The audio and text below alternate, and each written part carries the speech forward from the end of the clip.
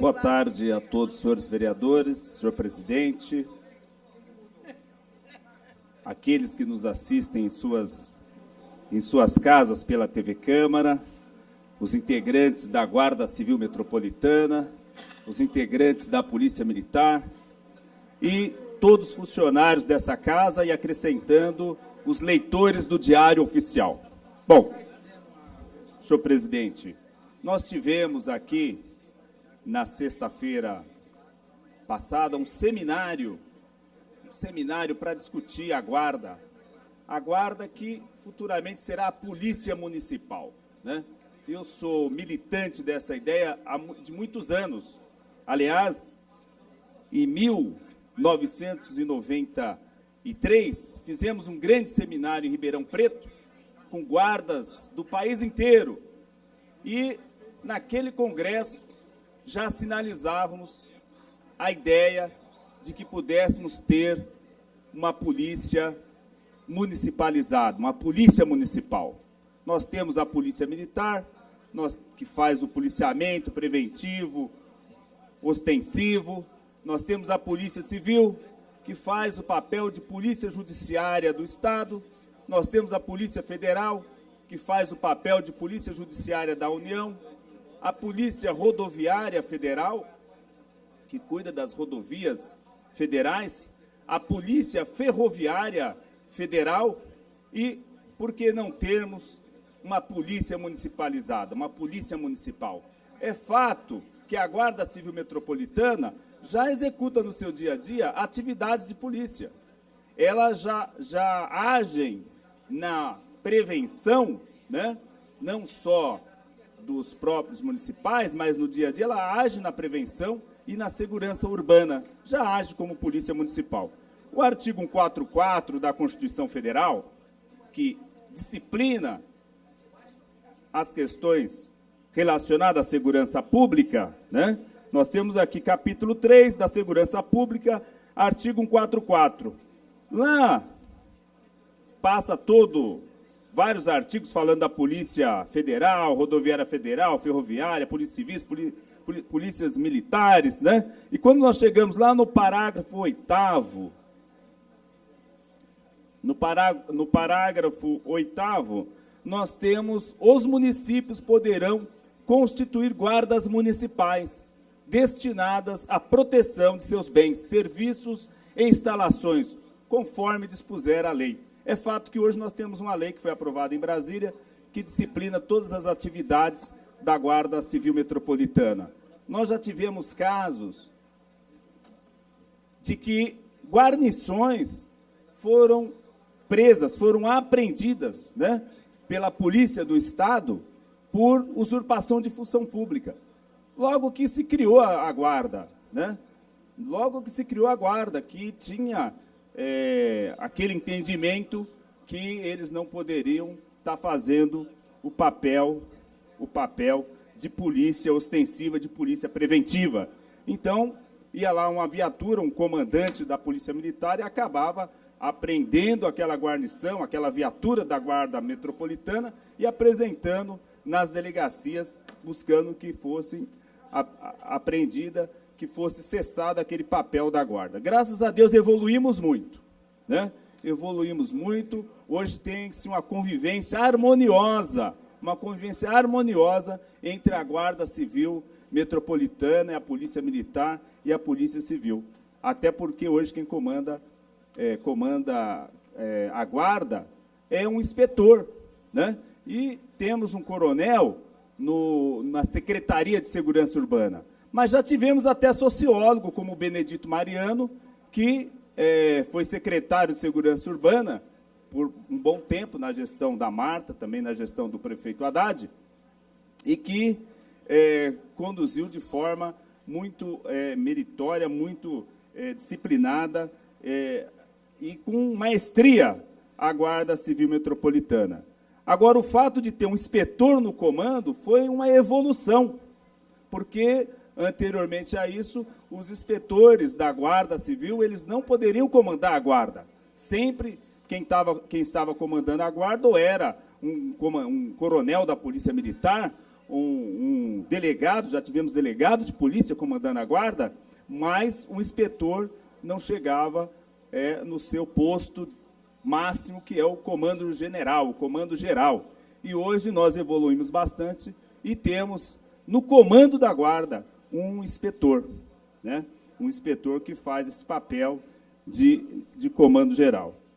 O prefeito, ele manda um projeto para essa casa.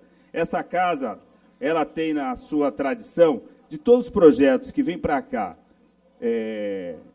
que seja de interesse da guarda, né? Que seja de interesse da segurança urbana, que possa melhorar a vida do integrante da Guarda Civil Metropolitana, essa casa tem o costume, né, de realmente discutir, votar e aprovar de imediato, né? Nós já aprovamos a Lei 16.694, que prevê a indenização para os integrantes da Guarda Civil Metropolitana em caso de morte ou incapacidade para o trabalho. A lei que aprovamos nessa casa, ela não previa todas as hipóteses de risco e dano aos guardas, né? E o meritório projeto que nós estamos debatendo aqui, o projeto de lei 649 de 2017, pretende acrescentar a possibilidade de indenização em caso de ato ilícito praticado contra os nossos guardas civis, contra os nossos policiais municipais, né?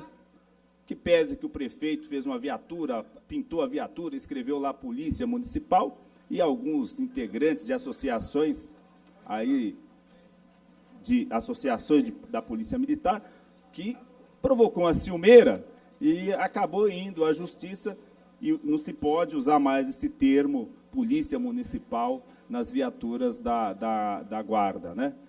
Esperamos que a sociedade evolua e que lá em Brasília, né, os nossos representantes que estão lá em Brasília, possa acrescentar no artigo 144 da Constituição Federal, né, que os municípios poderão ter as suas, em vez de ter as suas guardas municipais, mas poderão ter as suas polícias municipais, né?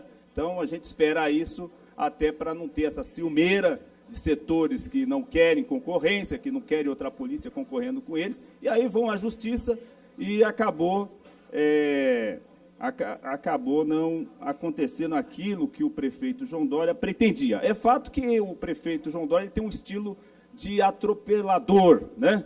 Ele tem vários nomes, que eu já falei os nomes que as pessoas aí no dia a dia vão dando a ele, e ele recebeu mais esse título de João Atropelador, né? Então, ele, obviamente, deveria ter articulado o Congresso, articulado os senhores deputados federais, os senhores senadores, para fazer uma PEC, né?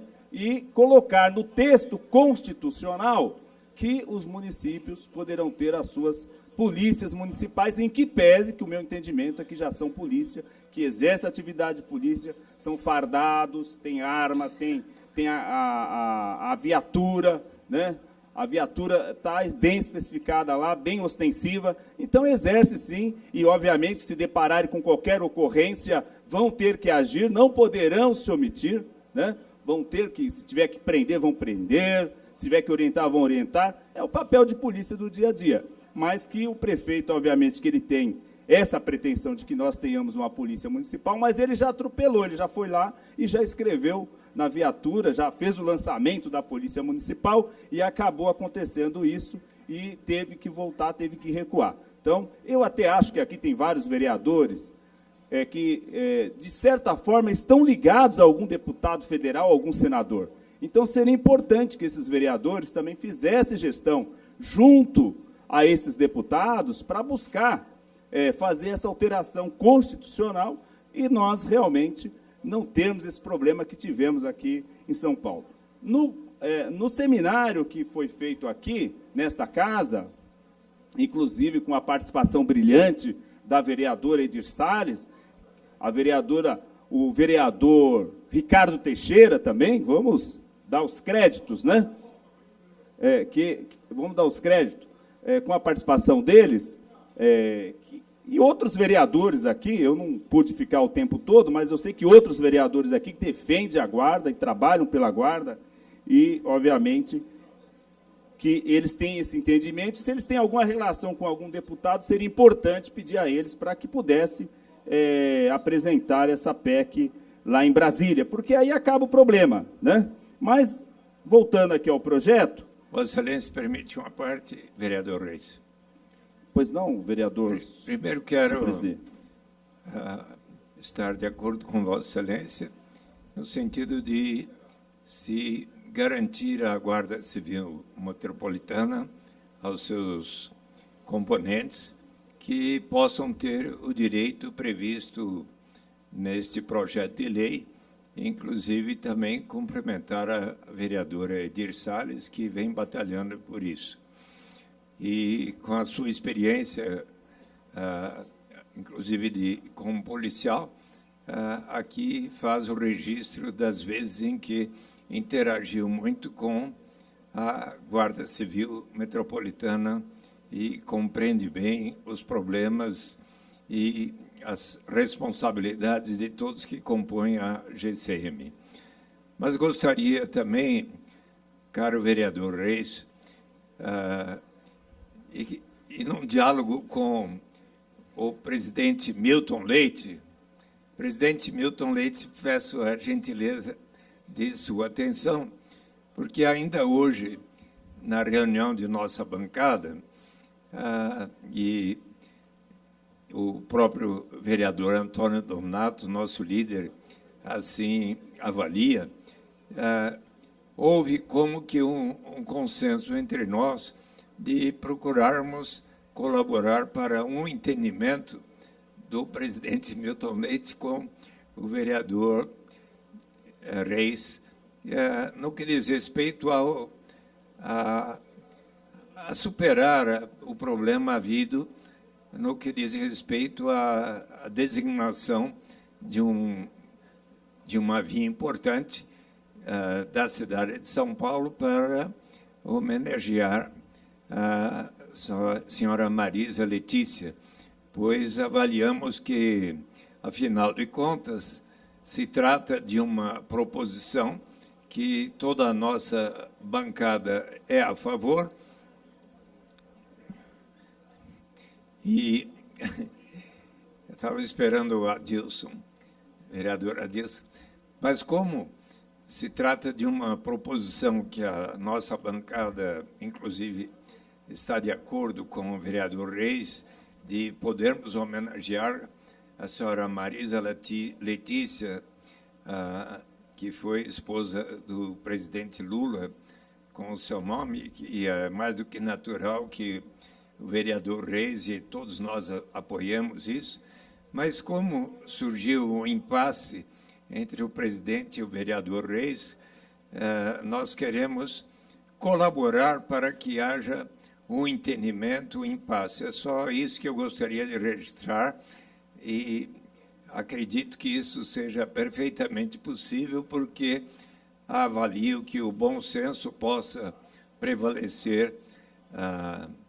O senhor já, inclusive, fez uma proposta que talvez possa ser aceita pelo vereador Reis, e se pudermos colaborar e assim, terminar estes impasses aqui, por ocasião de votações, acredito que será para o benefício de todos os vereadores e do município de São Paulo.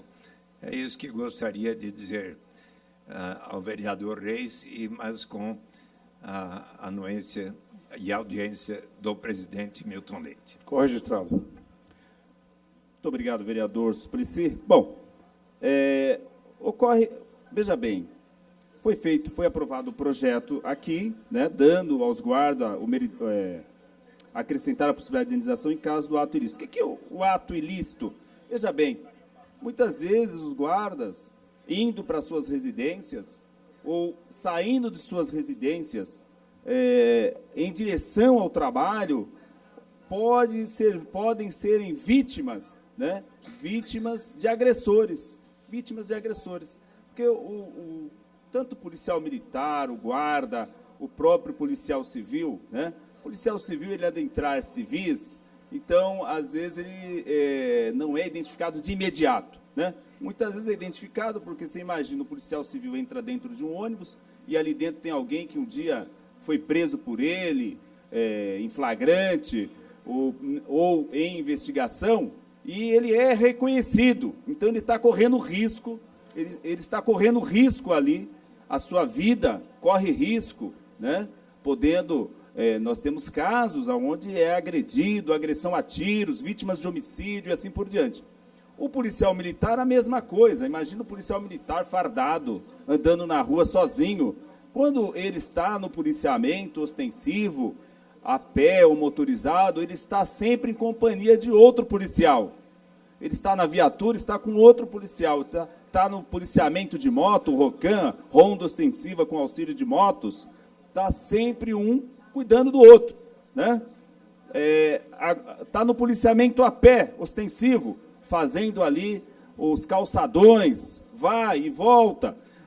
Sempre está um cuidando do outro. Agora, imagina o policial sozinho na rua, sozinho, fardado, indo para o serviço, fardado dentro de um ônibus, dentro de um coletivo. Inclusive, tem um projeto de lei de minha autoria aqui, que eu espero que meus pares aqui possam ajudar a aprovar, para conceder que o policial possa andar em trajes civis, tanto o policial militar, como o guarda civil metropolitano, como o policial civil, que ele possa andar nos ônibus sem ter que estar fardado, sem ter que se apresentar, usando um cartão do policial, um cartão com a gratuidade, quando no exercício da função ele possa ter esse cartão, porque é para a segurança do policial. O policial põe a farda, põe o pé na rua, já está correndo risco. Em muitos lugares aonde os policiais residem, às vezes os moradores nem sequer sabem que são policiais, e eles evitam usar farda, evitam andar fardados porque correm risco. Hoje os policiais estão correndo toda sorte de privação praticada pelo Estado contra eles, por conta dos baixos salários, das escalas extras, porque um policial ele está de serviço 24 horas, né? Ele tem aquele horário, a sua carga horária, mas ele deparou com uma ocorrência, ele deparou com um flagrante, ele tem que conduzir a delegacia. Enquanto não for finalizado aquela ocorrência, ele está de serviço, né? E o policial fardado na rua, o guarda metropolitano fardado na rua, o primeiro problema que as pessoas veem, vai chamá-lo, é a mãozinha, olha, aconteceu um problema aqui, e eu peço a solução. Me lembro muito bem, lá na região da Imboimirim, no Piraporinha, eu estava vindo das escolas de graduados e estava fardado, e de repente um senhor com a mão falou, olha, aqueles dois acabaram de me assaltar, acabaram de me roubar, e eu tive que sair correndo atrás deles. E obviamente que eu não consegui pegar os dois, porque eu era um só, né? E um evadiu-se, mas um outro foi preso. Então é isso que acontece no dia a dia com os policiais. É isso que acontece com os policiais que estão na rua defendendo a população e que muitas vezes as pessoas não sabem, porque as pessoas, a sociedade, não vai à delegacia saber quantas ocorrências foram registradas lá, quantos foram presos, né? Muitas vezes desvalorizados, né?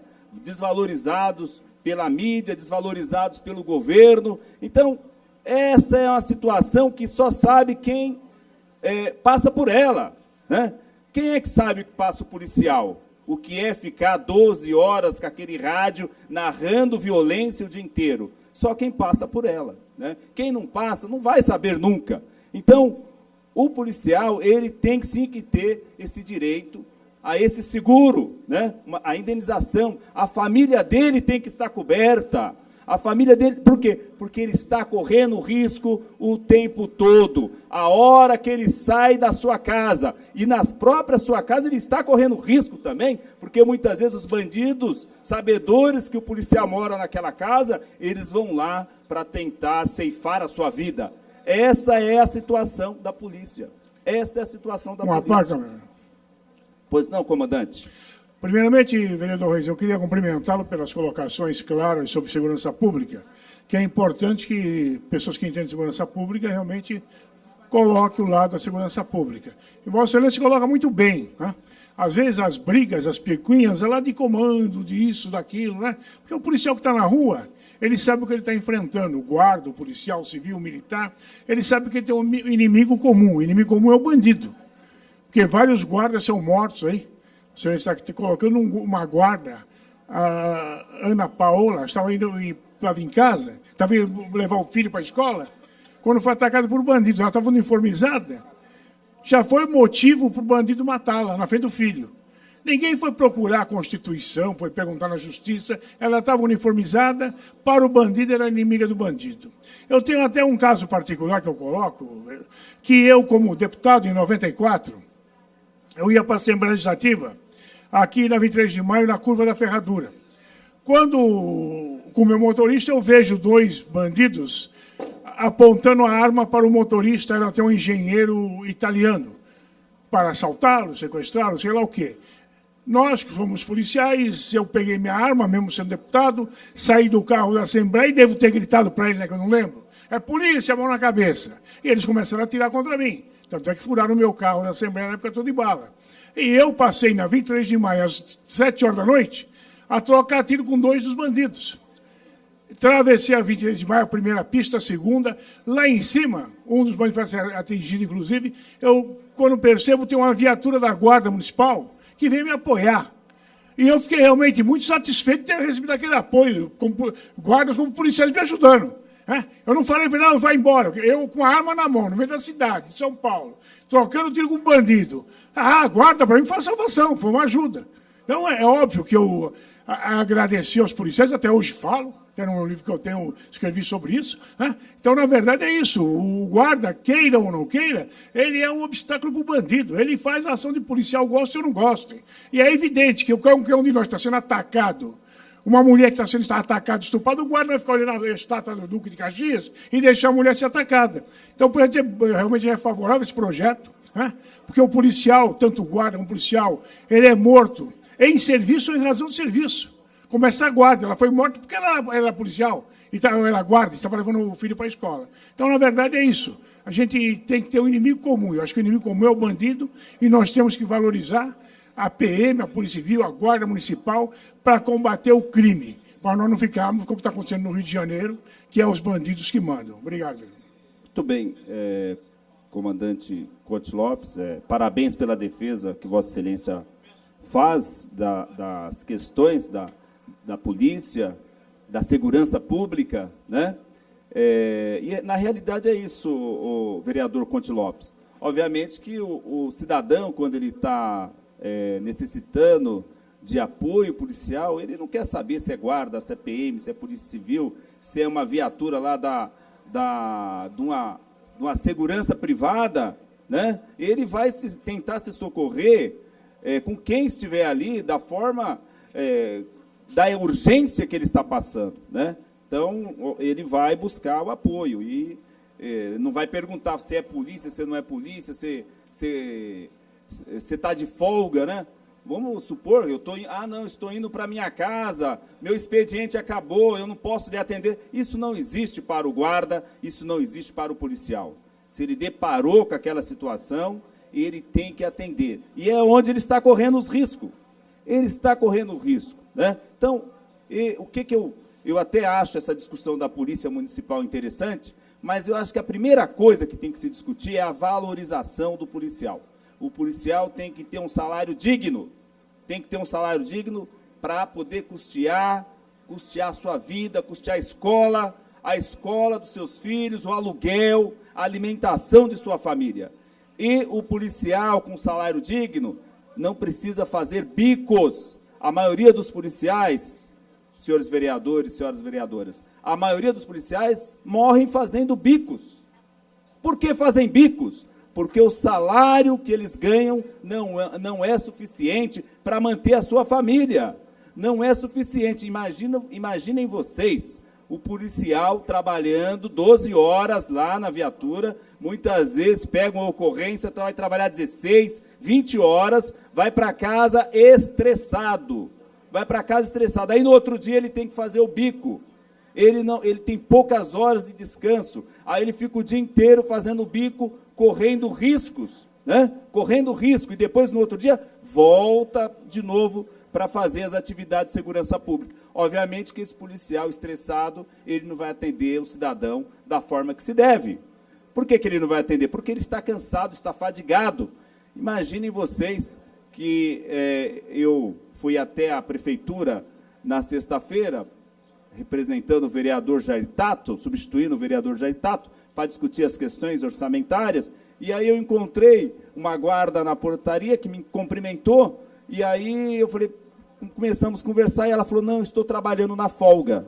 Hoje é minha folga, mas eu estou trabalhando porque eu preciso. Isso, mas é a folga dela. Se ela tivesse um salário digno, ela estaria cuidando dos filhos, estaria indo a um cinema, a um teatro, mas não. Como o salário é muito baixo, como o salário é muito pequeno, ela tem que trabalhar na folga, ela tem que vender a sua folga para a prefeitura. Obviamente que é bom que nessas condições que ela esteja vendendo para a prefeitura, porque ela tem mais segurança, né? Ela tem mais segurança trabalhando para a prefeitura do que trabalhando lá num bico, numa farmácia, no supermercado. Mas o importante é que ela ganhasse o suficiente para não precisar vender a sua folga, para que ela pudesse trabalhar nos dias de trabalho e durante a sua folga ela pudesse estar fazendo curso, estar se qualificando, estudando, ou dando atenção à sua família, ou tendo lazer.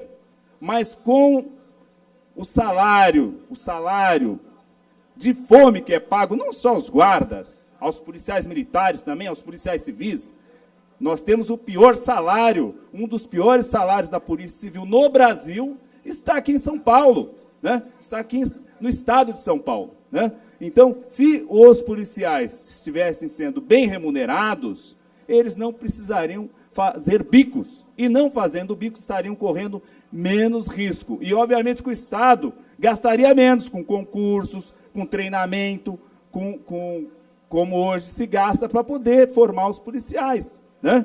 Você perde o policial, você perde o guarda aí durante uma violência praticada contra ele, a sociedade está tendo prejuízo, a família está tendo prejuízo e, obviamente, que o Estado que administra diretamente a polícia também está tendo prejuízo, né?